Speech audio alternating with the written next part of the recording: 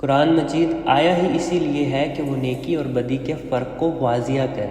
وہ ظالم اور مظلوم کے درمیان حد فاضل کھینچے، وہ متکبرین کو اپنے انجام تک اور مستضعفین کو اپنے اکرام تک پہنچائے، وہ مجبور کو آزادی سے سرفراز کرے اور طاغوت کو مقہور بنائے، وہ منکرین کو گرفت میں لانے کا ذریعہ اور مومنین کے لیے شکر و سپاس کی زندگی کا سندیسہ بنے۔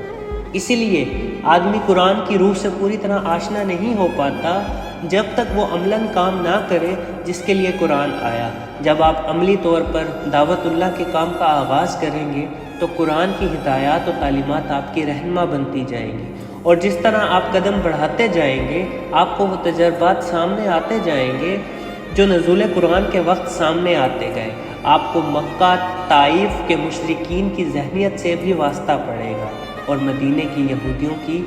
مکاریوں سے بھی نپٹنا ہوگا۔ ابو جہل اور ابو لہب جیسے سرکش سرمایہ داروں کی سازشوں کے تانے بنے ہوئے بھی ملیں گے، اور منکرین و طاغوت کی رکاوٹوں کا جال بچھا ہوا بھی ملے گا۔ وہ مسائل بھی سامنے ہوں گے اور وہ رکاوٹیں بھی حائل ہوں گی۔ اس وقت قرآن کی عملی رہنمائی آپ کے لیے ان رکاوٹوں کو ختم کرتے ہوئے جد و جہد کے کئی راستے بناتی جائے گی، اور تبدیلی کے مواقع آپ کے سامنے آتے جائیں گے۔ اسی طرح اگر آپ نے اپنی روزانہ کی زندگی میں انسانوں کا اور سماج کا کوئی کام اپنے ذمے لے رکھا ہے، اور اگر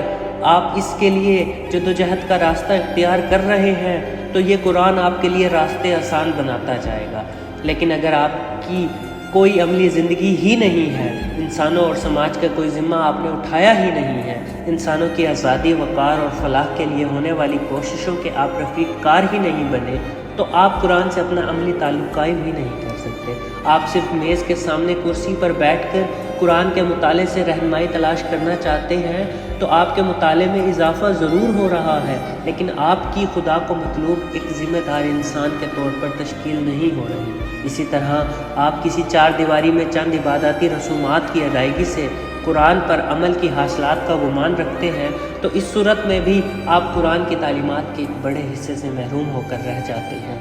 قرآن کے احکام، اس کی اخلاقی تعلیمات، اس کے معاشی اور تمدنی ہدایات اور زندگی کے مختلف پہلوؤں کے بارے میں اس کے بتائے ہوئے اصول و قوانین آدمی کی سمجھ میں نہیں آ سکتے کہ جب تک وہ عملاً ان کو برت کر نہ دیکھے۔ نہ وہ فرد اس کتاب کو سمجھ سکتا ہے جس نے اپنی انفرادی اور اجتماعی زندگی کو اس کی تمام شعبہ زندگی میں پیروی سے آزاد کر رکھا ہے، اور نہ ہی وہ قوم اس سے آشنا ہو سکتی ہے جس کے اجتماعی ادارے قرآن کی بتائی ہوئی تعمیر انسانیت کی تعلیمات کے خلاف چل رہے ہیں۔